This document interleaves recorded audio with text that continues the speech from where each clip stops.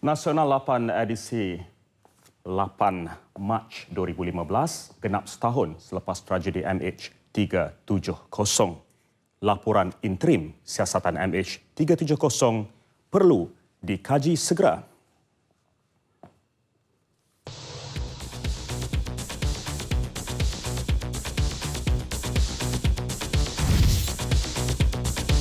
Selain itu, paparan utama Nasional 8 malam ini, Malaysia Bersatu peringati mangsa tragedi yang genap setahun lalu itu. Perinciannya menyusul selepas ini. Teruskan bersama saya, Fatil Hidayat Ghazali dan Atikah Muhammad Naim dalam Nasional 8.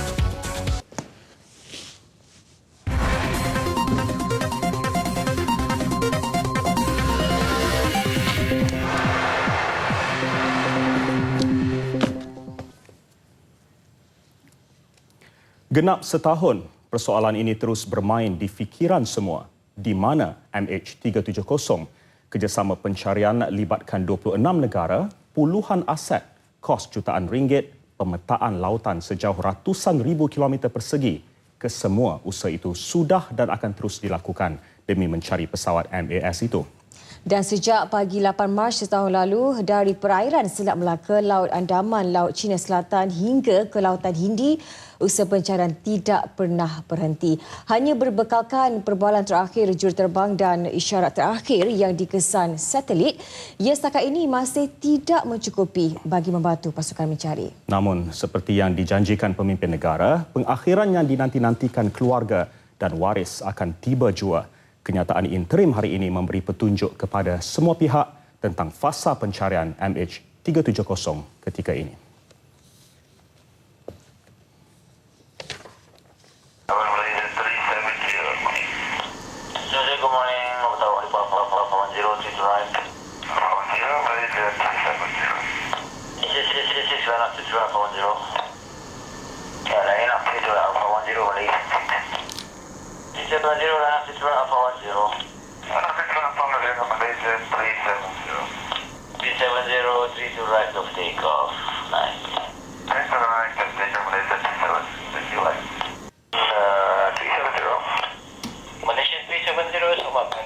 Identified climb flight level 180, can send a side direct direct to Ikari. Okay, level 180 direct Ikari, Malaysian 370. 370, contact lampu radar 1326 connect. Alright, 1326 Malaysian 370. Lampu control Malaysian 370. Malaysian 370, lampu radar, good morning, climb flight level 250. Level 250, Malaysian 370. Malaysian 370, climb flight level 350. Level 350, Malaysian 370. Malaysian 370, maintaining level 350. Malaysian 370. Malaysian 370, maintaining level 350. Malaysian 370. Malaysian 370, contact Ho Chi Minh 120.9, good night. Good night, Malaysian 370. Malaysian 370, contact Ho Chi Minh 120.9, good night. Good night, Malaysian 370.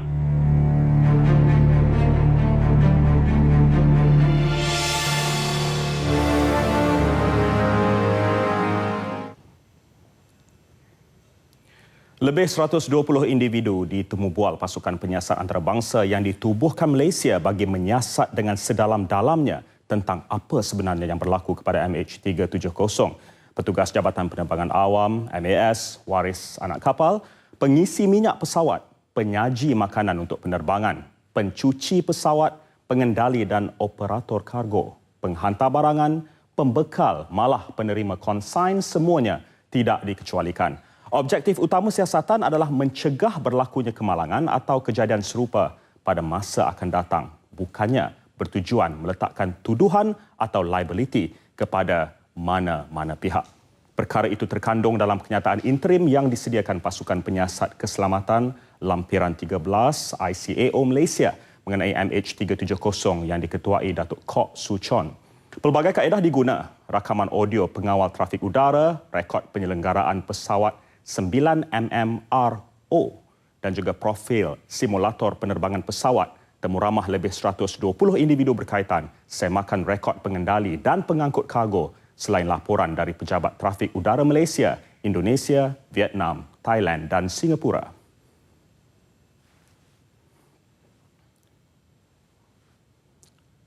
Is now conducting analysis of the factual information and is considering the following areas. Number 1, airworthiness and maintenance and aircraft systems.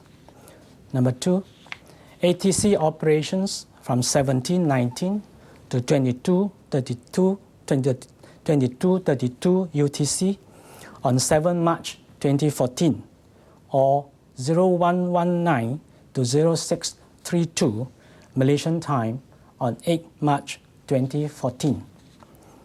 Number 3, cargo consignment. Number 4, crew profile. Number 5, diversion from flight plan route. Number 6, organizational and management information of DCA and MAS. And number 7, satellite communications, SATCOM. Along with these activities, the investigation team has also prepared standard operating procedures and checklists for investigation in accordance with document 9756 in preparation for the recovery of the aircraft once it is located by the search team. Pasukan penyiasatan perlu menganalisis kesemua maklumat untuk membuat kesimpulan dan cadangan keselamatan berdasarkan maklumat fakta yang telah diperoleh. Beberapa langkah lain akan diambil kira termasuk pengesahan lanjut sekiranya kemunculan bukti baharu. Pasukan siasatan kini sedang menganalisis maklumat dan fakta yang terkandung dalam laporan interim itu menjurus kepada 7 perkara. Perkara utama yang dipertimbang adalah kelayakan terbang, penyelenggaraan dan sistem pesawat MH370. Penyelenggaraan dan pemeriksaan rekod yang dikemukakan MAS menunjukkan pada masa pesawat hilang, enjin dan badan MH370 mematuhi sepenuhnya Undang-Undang Arahan Kelayakan Terbang. Perkara kedua yang diperincikan adalah operasi kawalan trafik udara ATC pada hari kejadian yang melibatkan perbualan terakhir antara ATC Kuala Lumpur dengan kru MH370. Perkara ketiga adalah konsignan kargo yang dibawa pesawat tersebut meliputi bateri ion dan buah manggis. Fokus keempat siasatan pula adalah profil anak kapal melibatkan tahap kesihatan dan perkara lain yang membabitkan mereka. Pasukan penyiasatan turut mempertimbang aspek lencongan dan laluan rancangan penerbangan yang difailkan selain organisasi dan pengurusan maklumat DCA dan MAS. Dan fokus ketujuh yang terakhir adalah komunikasi satelit melibatkan kru pesawat pada hari kejadian.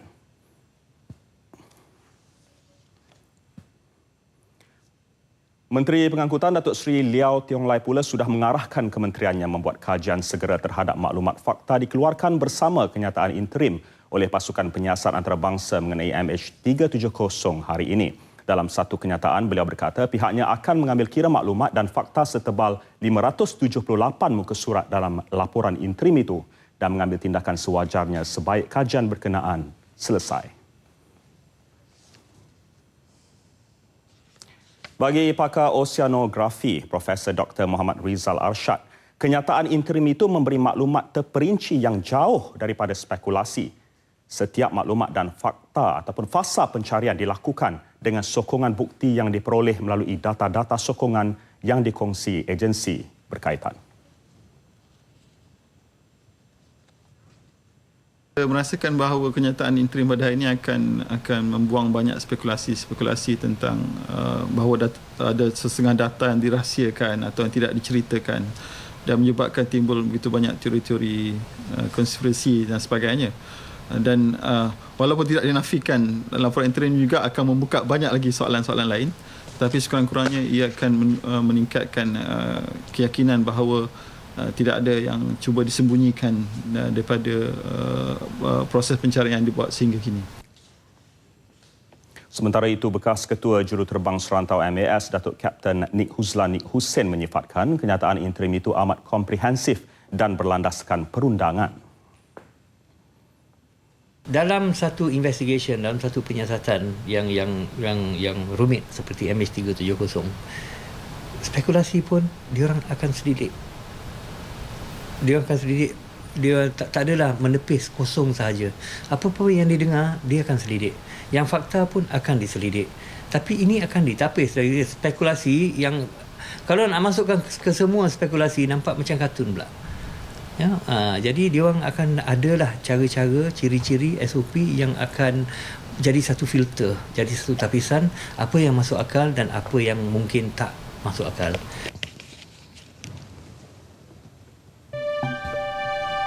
8 Mac 2014, pesawat MH370 jenis Boeing 777-200 membawa 239 penumpang dan anak kapal berlepas dari lapangan terbang antarabangsa Kuala Lumpur KLIA pada 12.41 pagi dan dijadual mendarat di Beijing, China pada 6.30 pagi hari sama. Ia dilaporkan hilang daripada radar awam Jabatan Penerbangan Awam DCA pada 1.30 pagi 120 batu nautika di timur perairan Kota Baru, Kelantan. Operasi mencari dan menyelamat SAR dikerak pada 5.30 pagi. 9 Mac 2014, radar tentera menunjukkan kemungkinan sebuah pesawat yang tidak dikenal pasti melakukan air turn back. Kawasan pencarian diperluas di Laut Cina Selatan dan Selat Melaka. Ketua Pengarah DCA Datuk Azharuddin Abdul Rahman mengesahkan hanya 2 penumpang yang menggunakan pasport palsu Itali dan Austria menaiki pesawat. 10 Mac 2014, Perdana Menteri Datuk Seri Najib Tun Razak berikrar kerajaan akan melakukan yang terbaik dalam operasi mencari dan menyelamat MH370. 11 Mac 2014, Bisri 2 penumpang terjawab apabila polis diraja Malaysia PDRM dan Interpol mendedahkan identiti mereka iaitu warga Iran yang dikenal pasti sebagai Poria Nur Muhammad Mirdad dan Delivar Said Muhammad Irza. 13 Mac 2014, China menyatakan tiada bukti objek terabung yang dikesan satelit di Laut Cina Selatan mempunyai hubung kait dengan pesawat MAS yang hilang. 15 Mac 2014, Perdana Menteri Datuk Seri Najib Razak berkata komunikasi terakhir pesawat dengan satelit dikesan di satu daripada 2 koridor dan tidak mengesahkan laporan kemungkinan pesawat dirampas. Operasi mencari dan menyelamat di Laut Cina Selatan ditamatkan. 17 Mac 2014, operasi mencari dan menyelamat membabitkan 26 buah negara di koridor utara dan selatan bermula. 24 Mac 2014, pada 10 malam, Perdana Menteri Datuk Seri Najib Razak mengumumkan penerbangan itu berakhir di selatan Lautan Hindi. 1 April 2014, Kementerian Pengangkutan mengeluarkan transkrip penuh komunikasi antara MH370 dan Pusat Kawalan Lalu Lintas Udara Kuala Lumpur. 14 April 2014, kenderaan dalam air autonomous AUV Bluefin 21 digunakan dalam operasi pencarian pesawat MH370. Semua bukti yang ditemui kemudiannya disahkan tiada kaitan dengan pesawat MH370. 5 Jun 2014, Malaysia bersetuju dengan Australia melalui Biro Keselamatan Pengangkutan Australia ATSB untuk membuka tender kepada syarikat komersial bagi misi pencarian. 9 Jun 2014, Malaysia meneliti segala maklumat yang telah dianalisis Australia. Hasil pertukaran maklumat dengan Inmarsat yang akan dijadikan panduan untuk kenal pasti lokasi pencarian baru. 6 Ogos 2014, firma Belanda Fugro Survey Private Limited diumum Australia sebagai penerima kontrak bagi operasi pencarian dasar laut pesawat MAS MH370. Pencarian turut disertai kapal China dan Malaysia. 24 Ogos 2014, kapal disewa Malaysia Go Phoenix sudah menyempurnakan tugasan pencarian pesawat MH370 di selatan Lautan Hindi membabitkan kawasan seluas 650 km persegi. Usaha pencarian kini tertumpu sepenuhnya kepada pencarian di dasar laut menggunakan kapal Go Phoenix, Fugro Discovery dan Fugro Equator. Pada 29 Januari 2015, Kerajaan Malaysia mengisytiharkan kehilangan pesawat MH370 sebagai nahas kemalangan di bawah peraturan penerbangan antarabangsa dan kesemua 239 penumpang serta anak kapal dianggap terkorban.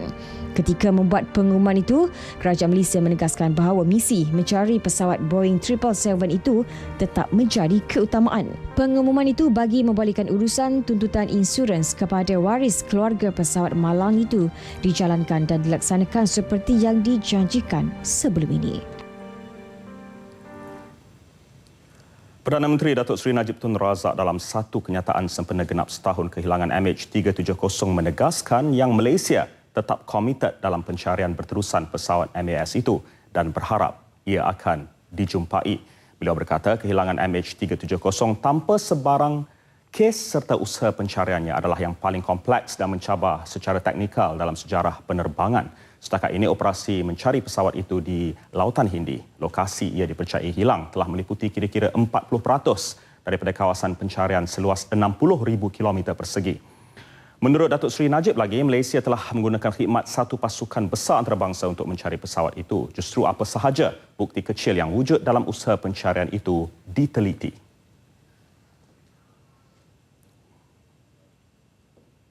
Komitmen Malaysia untuk terus mencari MH370 turut mendapat sokongan kerajaan China dan Beijing berikrar untuk bersama-sama Malaysia dalam usaha itu. 去年也是今天，马航370航班失联，1年过去了，飞机还没有找到，但搜寻仍将继续。对于370航班的乘客家属，今天是艰难的一天。我们的心和大家在一起。马航已经启动了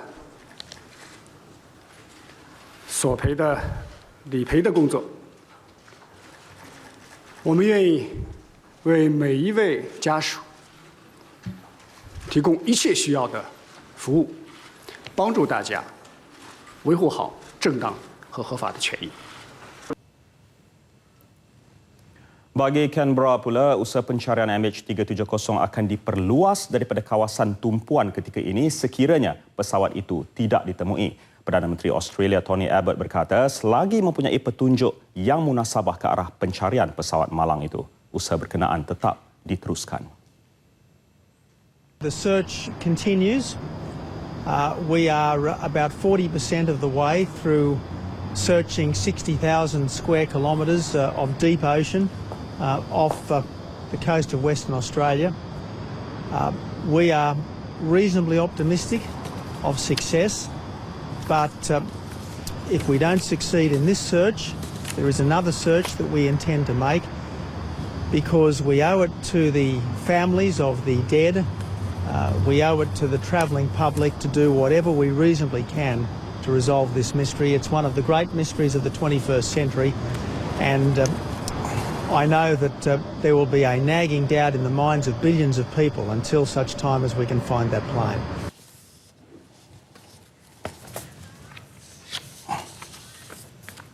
Perdana Menteri dalam satu kenyataan sempena setahun kehilangan MH370 mengajak rakyat bersatu hati dalam mengenang dan memberi penghormatan kepada mereka yang menjadi mangsa dalam tragedi itu. Tiada kata-kata yang dapat menggambarkan keperitan yang dilalui keluarga mereka yang menaiki pesawat berkenaan. Hari ini menurut Datuk Seri Najib, semua bersatu hati dalam mengenang dan memberi penghormatan kepada 239 orang termasuk 50 rakyat Malaysia yang menaiki MH370. Beliau turut berterima kasih kepada setiap petugas yang terlibat dalam misi mencari penerbangan MH370.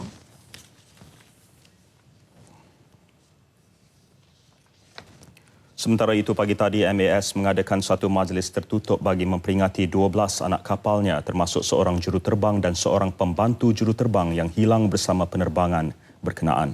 Majlis dihadiri 500 petugas MAS dan 100 anggota keluarga mangsa berlangsung di Akademi MAS Subang. Dalam ucapan pada perjumpaan itu, pengerusi MAS Tan Sri Muhammad Nur Yusof berkata 2014 merupakan tahun paling sedih dalam sejarah MAS berikutan kehilangan MH370 dan MH17 yang terhempas di timur Ukraine pada 17 Julai tahun lepas. Kini walaupun setahun telah berlalu sejak 8 Mac 2014, beliau menegaskan yang MAS masih belum menjumpai penyelesaiannya namun akan terus mencari jawapan apa yang berlaku kepada MH370. Ahli keluarga anak kapal MH370 turut meluahkan perasaan mereka di laman sosial bagi mengenang setahun kehilangan pesawat tersebut. 8 Mac 2015, selamat malam sayangku. Doaku akan menemanimu selalu walau kau kini jauh. Itu luahan Maizura Osman, isteri pramugara pesawat MH370 Muhammad Hazrin Muhammad Hasnan. Maizura menyatakan kesediaannya melalui akaun Twitternya @intanmaizura80. Selain itu, Maizura juga memuat naik foto suaminya di akaun Instagramnya. Sementara itu, Maira Elizabeth Nari, anak perempuan Ketua Pramugara MH370 Andrew Nari, memuat naik foto berlatar belakang langit di akaun Instagramnya dengan tulisan #PrayForMH370.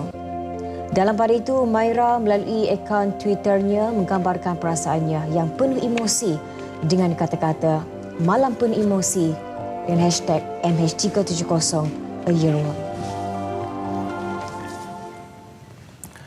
Dan bagi keluarga pramugara Andrew Nari, mereka masih mengharapkan kepulangannya. Ya, Catherine Tamuh, 68 tahun ketika ditemu wartawan kami, Rus Ampung berkata beliau dan keluarga termasuk anak-anak dan isteri mendiang masih mengharapkan Andrew pulang. Kita ikuti temu bual Ruth Ampung ketika mengunjungi keluarga Andrew Nari di Rumah Panjang Sungai Au, Sibu, Sarawak. Dan satu pengalaman yang saya tak dapat luahkan. Memang cukup sedih dan tanggal 8 nanti dia akan cukup setahun. Tapi perasaan itu memang sama dari mula-mula dia hilang, iaitu tanggal 8 Mac 2014 yang lepas. Jadi pengalaman-pengalaman sepanjang. Pelakon dan pelawak terkenal Harun Salim Bachik meninggal dunia kira-kira pukul 5 petang tadi. Beliau meninggal dunia semasa berhenti untuk mengisi minyak di sebuah stesen minyak di Bukit Merah, Perak dalam perjalanan pulang daripada satu majlis perkahwinan di Pulau Pinang. Punca kematian Allahyarham belum dapat dipastikan. Penganalisis hiburan Adam Saleh ketika dihubungi kami menjelaskan jenazah Allahyarham Harun akan dibawa ke Hospital Parit Bunta, Perak sebelum dibawa pulang ke rumah Allahyarham di Kuala Lumpur. Allahyarham ni daripada perjalanan daripada Pulau Pinang nak pulang ke KL. Jadi beliau berehat sekejap di kawasan rehat R&R di Pelas Bukit Merah, Semanggol dan beliau rebah dan anaknya berlari mendapatkan ibunya nak memaklumkan mengenai keadaan ayahnya itu. Dan apabila ada orang awam cuba membantu Allahyarham Salim Bachik itu, mereka cuba pam tapi tak ada menimbulkan apa reaksi sehinggalah dipanggil ambulans dan ambulans tiba dan pihak pegang perubatan dari pihak ambulans itu yang mengatakan Harun Salim Bachik sedang membuskan nafas terakhir. Allahyarham Harun, 55 tahun, dikatakan menghidap penyakit asma sejak beberapa tahun lalu. Allahyarham adalah anak kepada bekas juruhebah radio dan pelakon drama TV di era tahun 60-an, iaitu Allahyarham Salim Bachik. Sebuah stor simpanan pasca banjir milik Majlis Keselamatan Negara MKN di Jalan Padang Tembak musnah dalam kebakaran petang tadi. Stor itu menempatkan pelbagai barangan bantuan pasca banjir untuk diagih kepada penduduk terjejas dalam masa terdekat. Antara barangan yang disimpan dalam stor berkenaan termasuk beras, ikan sardin dan pakaian. Jelas Setiausaha MKN Azhar Muhammad Yusof, kebakaran itu dipercayai berlaku pada pukul 2.30 petang. Pihaknya menyerahkan kepada Jabatan Bomba dan Penyelaman untuk menjalankan siasatan punca kejadian dan jumlah kerugian. Kita sekarang masih lagi menjalankan usaha-usaha untuk pemadaman dan kebakaran melibatkan bahan-bahan pergetah dan kita telah memadam dengan menggunakan buih.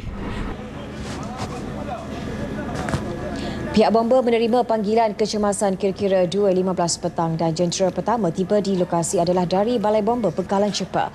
Api berjaya dipadamkan 30 minit kemudian dari terus merebak ke bangunan lain. Setiap kali berlaku demonstrasi jalanan, Persatuan Penjaja sekitar Lembah Kelang melaporkan kerugian dialami peniaga mencecah 10 juta ringgit. Tidak terkecuali himpunan Kita Lawan anjuran pembangkang semalam. Justru Menteri Wilayah Persekutuan Datuk Seri Tengku Adnan Tengku Mansur berkata satu pertemuan dengan persatuan itu akan diadakan pihaknya. Selain memberi impak negatif terhadap ekonomi, demonstrasi jalanan hanya mengundang persepsi buruk terhadap negara. Jadi saya rayulah kepada semua warga Wilayah Persekutuan, jangan sokong. Padahal kita tentang apa yang mereka lakukan. Dan kerugian peniaga dari di kawasan-kawasan ini berjumlah bermilion-milion ringgit. Tiap-tiap minggu bermilion-milion ringgit. Persatuan mereka telah sebut, Turut telah sebut sekali jadi ada demonstration dia dah rugi 10 juta ringgit satu hari. Jadi ini tak patut dilakukan. Jangan susahkan rakyat lah. Mereka memang suka susahkan rakyat. Datuk Seri Tengku Adnan ditemui pada Karnival Sukan Pemuda UMNO di Institut Perindustrian Kuala Lumpur.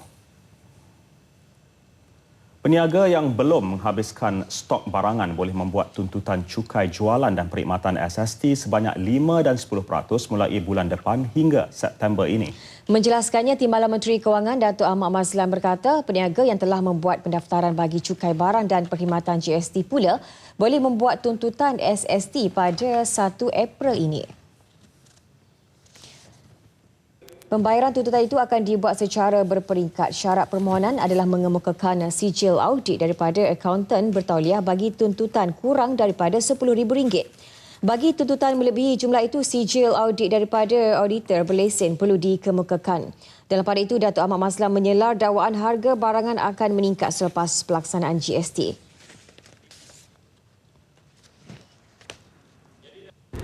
SST adalah kos kepada perniagaan dan tak boleh diklaim. Ya? GST ini bukan kos kepada peniaga dan boleh diklaim kalau ia merupakan input kepada bahan-bahan yang nak dibuat. Atas 3 sebab ini, maka barangan tidak patut sewenang-wenang naik harga atas alasan GST. Terdahulu beliau memberi taklimat GST kepada penduduk Permatang Pau. 348,943 syarikat telah mendaftar GST setakat semalam dan diangkar lebih 30,000 lagi syarikat masih gagal berbuat demikian. Projek sambungan LRT Laluan Ampang berjalan lancar. Fasa pertama dijangka beroperasi akhir Oktober tahun ini apabila set train baru LRV dijadual tiba mengikut jadual. Ya. Menurut kenyataan media, pengarah pembangunan projek kumpulan prasarana Datuk Zuhari Sulaiman, set kedua 8 LRV baharu 6 coach diangkut ke depoh Ampang LRT untuk pemeriksaan sebelum menjalani ujian dan pengoperasian.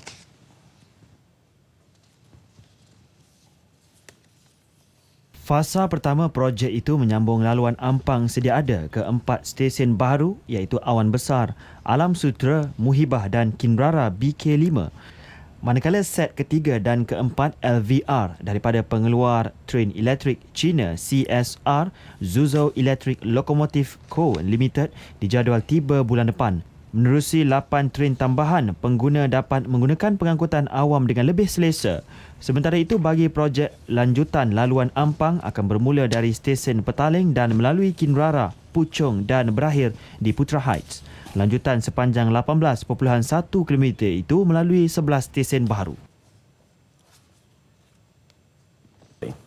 Bermula minggu ini, segmen info teknologi dan gadget akan bersiaran setiap Ahad dalam Nasional 8. Dan untuk siaran pertama hari ini, kita bawakan tentang minat terkini masyarakat iaitu pesawat tanpa pemandu atau drone yang menjadi isu keselamatan apabila ada pihak menggunakannya di kawasan lapangan terbang sehingga pihak Jabatan Penerbangan Awam DCA membuat laporan polis. Kita bersama wartawan Dilaila Kadir untuk butiran lanjut.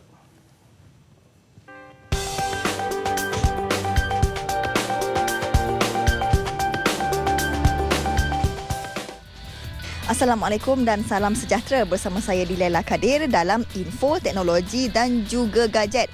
Perkongsian informasi terkini tentang teknologi dan juga gadget yang pastinya akan membantu kita dari segi tugas-tugas harian dan kehidupan kita. Baik, bersama-sama saya ketika ini adalah Encik Afzal dan juga kumpulannya yang akan berkongsi dengan kita tentang teknologi dan cara-cara menggunakan drone ini. Baiklah Encik Afzal, teknologi drone ni agak baru di Malaysia. Jadi apa sebenarnya drone ni? Boleh kongsikan bersama kami. Okey, seperti yang kita tahu, drone atau UAV ni adalah pesawat tanpa pemandu. Aspek utama yang kita perlu fikirkan adalah keselamatan. Ianya adalah untuk keselamatan harta benda awam dan orang awam. Isu keselamatan adalah nombor satu di sini. Drone yang kita tengok pada hari ini ialah jenis multi-rotor ataupun pelbagai kipas. Ianya terdiri daripada 4 kipas, 6 kipas dan 8 kipas. Ataupun hobby grade ni kita boleh panggil dia drone, tapi ini bukannya untuk bidang macam komersial atau dan sebagainya. Adalah untuk biasanya kita ada buat fun fly lah untuk suka-suka. Drone atau UAV terdiri daripada pelbagai jenis model. Okey. Pertama jenis kapal terbang dan kedua adalah jenis helikopter multi-rotor macam yang kita tengok sekarang. Bila drone ni dicipta, dia dah disertakan dengan tujuan-tujuan tertentu. Pada permulaan ialah untuk kita punya kenderaan lah. Tapi bila benda ni dah jadi sebuah revolusi, dia dapat dengan harga yang lebih rendah. So kita dapat pelbagai gunakan lagi drone ni, terutama dalam bidang kewartawanan, dalam bidang media. Kita boleh buat liputan dan buat satu coverage di satu area yang sangat jauh atau remote area. Dalam keadaan banjir, kita tak boleh pergi ke sana, kita boleh hantarkan sebuah drone ke sana. Daripada drone tu dia ada data, maknanya video live feed kita panggil. Okay. Daripada video tu kita boleh tengok balik dekat ground station, and then daripada situ kita boleh buatkan misi menyelamat sekali. So ada pelbagai kegunaan drone kat situ. Baiklah, terima kasih banyak Cik Afzal tentang perkongsian tadi. Dan jom kita lihat apakah kecanggihan dan teknologi drone ini.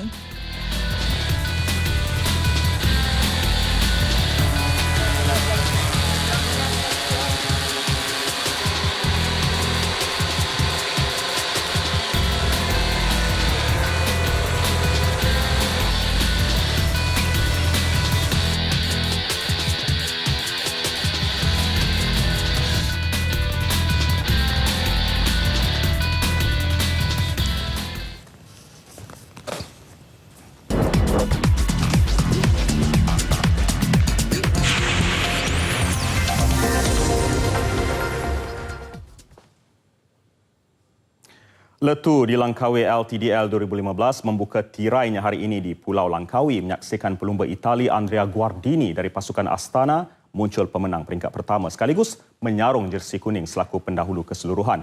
Manakala pelumba negara Anwar Manan yang beraksi untuk pasukan Terengganu Cycling mempamerkan permulaan menarik apabila meraih kedudukan podium selepas menamatkan perlumbaan di tempat ketiga. 132 orang pelumba dari 22 pasukan dilepaskan oleh penawar LTDL Tun Mahathir Mohamad di Pantai Cenang untuk perlumbaan sejauh 99.2 km dengan 3 zon pendakian dan 3 zon pecutan. Melepasi 10 km, 6 pelumba mula melakukan breakaway termasuk pelumba Terengganu Cycling Muhammad Adik Usaini Osman.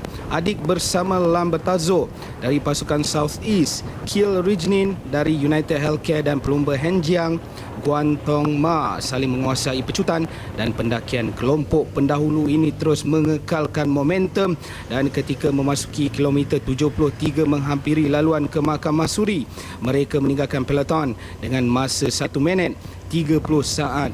20 km terakhir Rijnin dan Sebastian Hine Gomez dari tim Sky mula memimpin saingan. Bagaimanapun mereka ditangkap peloton ketika perlumbaan berbaki 2 km dan di sinilah pasukan Astana mula memainkan peranan memburu podium. Pakar pecutnya Andrea Guardini mula mempamerkan kehebatan sambil disaingi pelumba dari pasukan Orica Greenwich, Khalib Iwan. Namun pengalaman beraksi di Langkawi digunakan sebaik mungkin Guardini yang terlebih dahulu tiba di garisan penamat dengan masa 2 jam 19 minit 06 saat. Manakala Iwan kedua dan pakar pecut negara Anwar Manan ketiga. To the sprint and the Orica was really so powerful in the last 2K, but I take the correct ways of Caleb and I pass him at 200 meters to go before that he start sprint and I'm arrived really good. Ini merupakan kemenangan peringkat yang ke-15 buat Guardini sepanjang penyertaan dalam LTDL. Selain jersey kuning, Guardini turut menyarung jersey biru Raja Pecut dengan 15 mata. Jersey merah Raja Bukit milik Kiel Rijnen. Manakala jersey putih pelumba terbaik Asia milik Guang Tong Ma. Bermula sudah cabaran Litue di Langkawi 2015. Peringkat pertama seperti diramal menyaksikan jago Pro Astana Team Andrea Guardini berjaya menakhluki Pulau Langkawi pada hari ini dan turut menyinar jago TSG Anwar Manan yang berjaya menempatkan diri di dalam 3 kelompok terbaik. Esok 185 km alur start Sungai Petani tetap ada cabarannya. Fazli Ibrahim, TV1.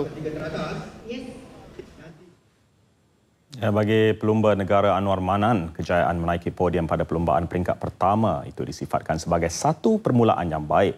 Raja Pecut LTDL 2010 itu berazam meneruskan momentum bagi memburu podium pada peringkat kedua esok. Ini okey lah. Not bad. Tim kerja bagus. Contohnya adik dah ada depan. Jadi kita relax sikit lah. Tak ada nak buat kerja apa. Dan tunggu last sprint lah. Cuma sayang adik last sprint ni ada rider jatuh lah. Mungkin kita antara teammate ada gap sikit. Jadi lost communication. Itu last. Pada peringkat pertama ini, Anwar Manan berjaya menduduki tempat ketiga di belakang Guardini dan Caleb Ewan. Peringkat kedua esok menyebabkan jarak sejauh 185 km dari Alustar ke Sungai Petani. Pelumba akan melalui 3 zon pejutan di Pokok Sena, Kuala Nerang dan Tanduk Besar serta 2 zon pendakian di Jeniang dan Bukit Selambau.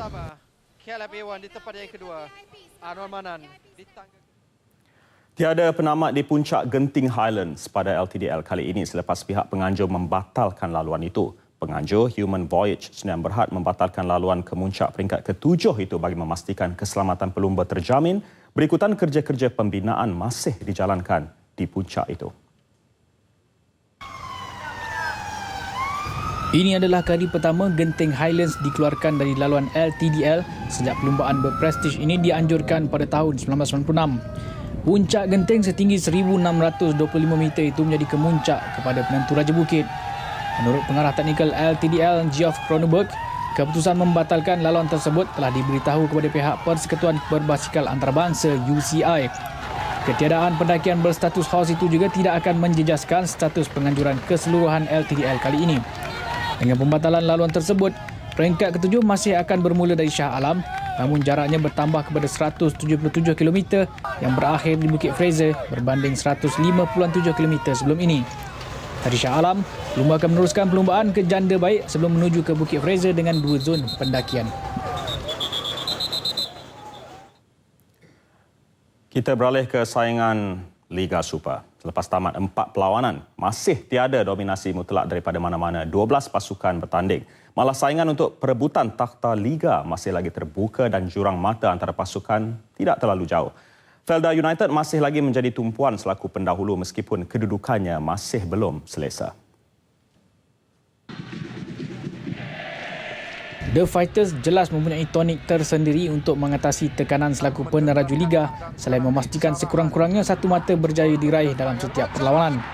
Irfan Bakti wajar diberi pujian kerana berjaya membawa pasukan berstatus kelab melonjak sekaligus memimpin Liga. Namun, The Fighters harus sedar takhta mereka masih belum selesa kerana 9 pasukan bersedia untuk memintas andai Felda tumpas pada perlawanan seterusnya. Perak juga pasukan yang perlu diberi perhatian oleh 11 pasukan lain dalam Liga Super kerana berjaya mengekalkan rekod tanpa kalah selepas 4 perlawanan. The Boss Gorus yang dibarisi gandingan pemain muda menampakkan keserasian meskipun sekali-sekala meresahkan Dato' M. Karatu khususnya di benteng pertahanan.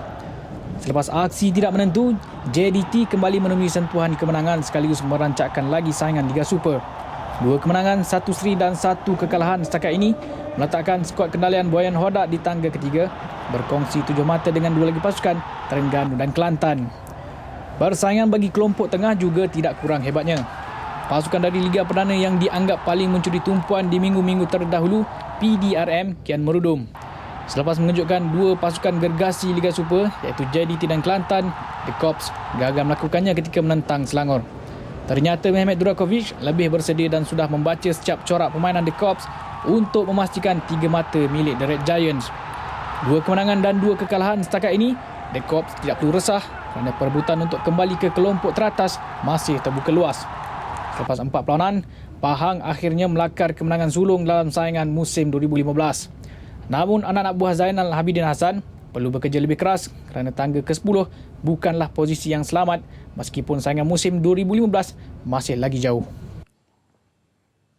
Hampir 70% jawatan sebagai guru sekolah rendah dan menengah juga dikuasai oleh golongan wanita. Dan sempena sambutan Hari Wanita 2015 ikuti kejayaan dan penglibatan wanita yang juga bergelar ibu dalam memertabat institusi pendidikan.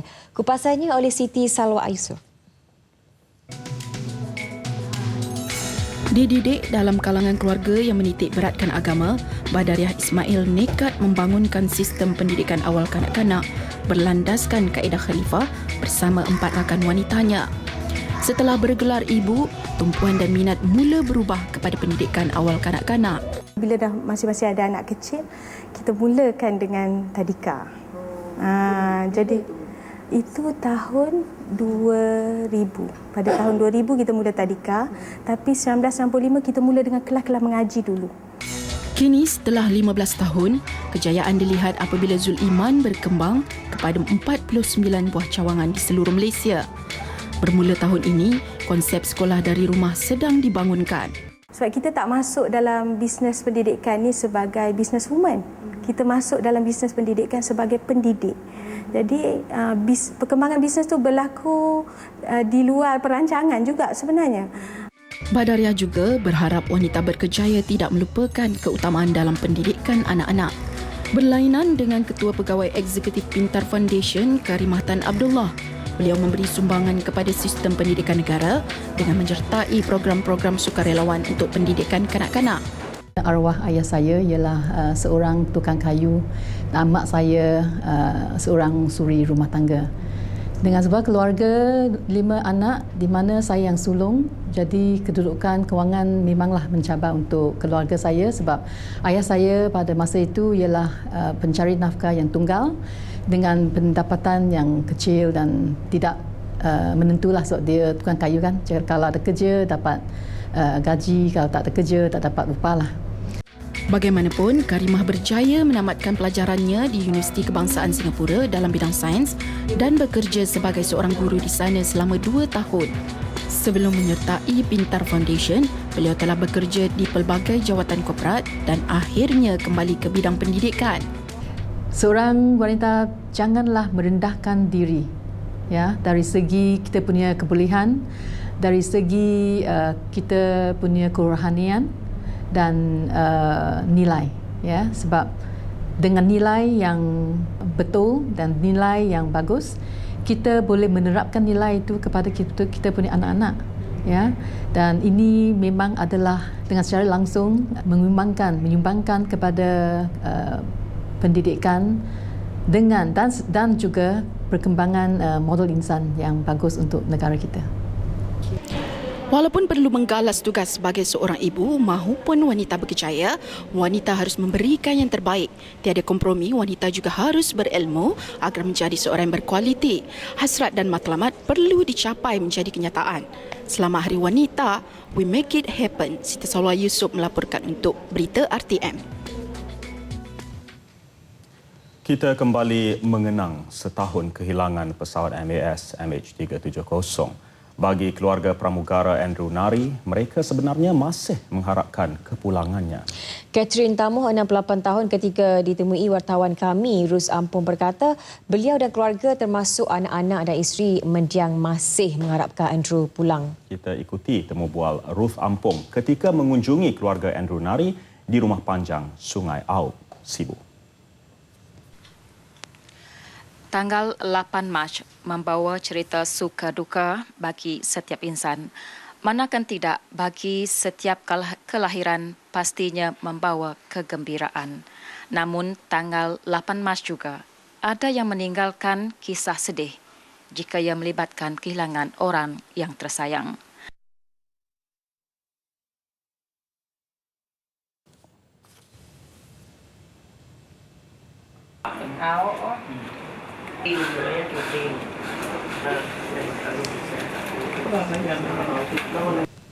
Perasaan saya mengenai MH370 memang cukup menyedihkan dan satu pengalaman yang saya tak dapat luahkan.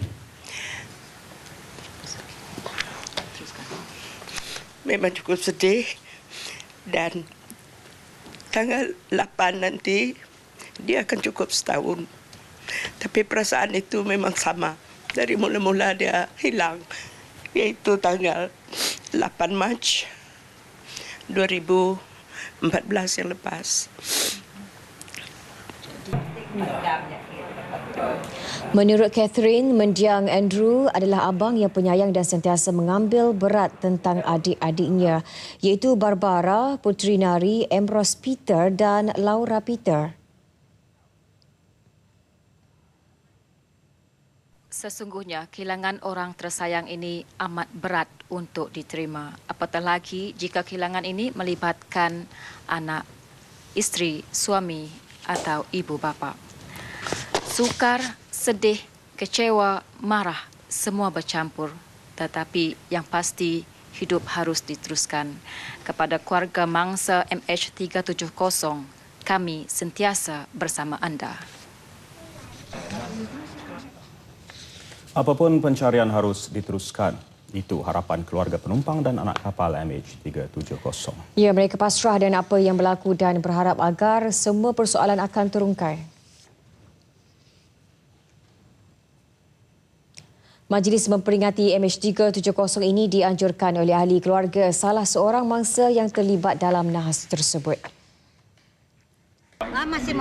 Masih mengharap sebab apa? Kita ni sebagai orang Islam kan, kita percaya dengan qada. Kita sampai itu kita berdoa, kita masih mengharap insya-Allah Allah akan bagi jawapan dia.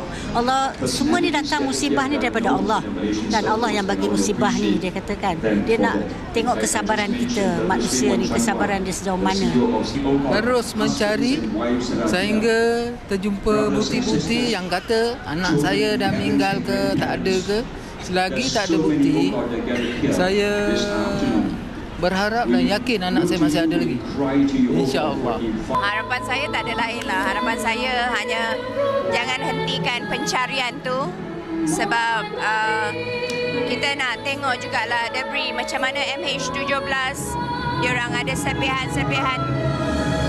So sama jugalah dengan kes kami. Jangan berhenti sebab kami pun nak tahu apa yang berlaku. I've been interested in this since day one. My name is Blaine Gibson. I live in the United States. I'm a lawyer from Seattle.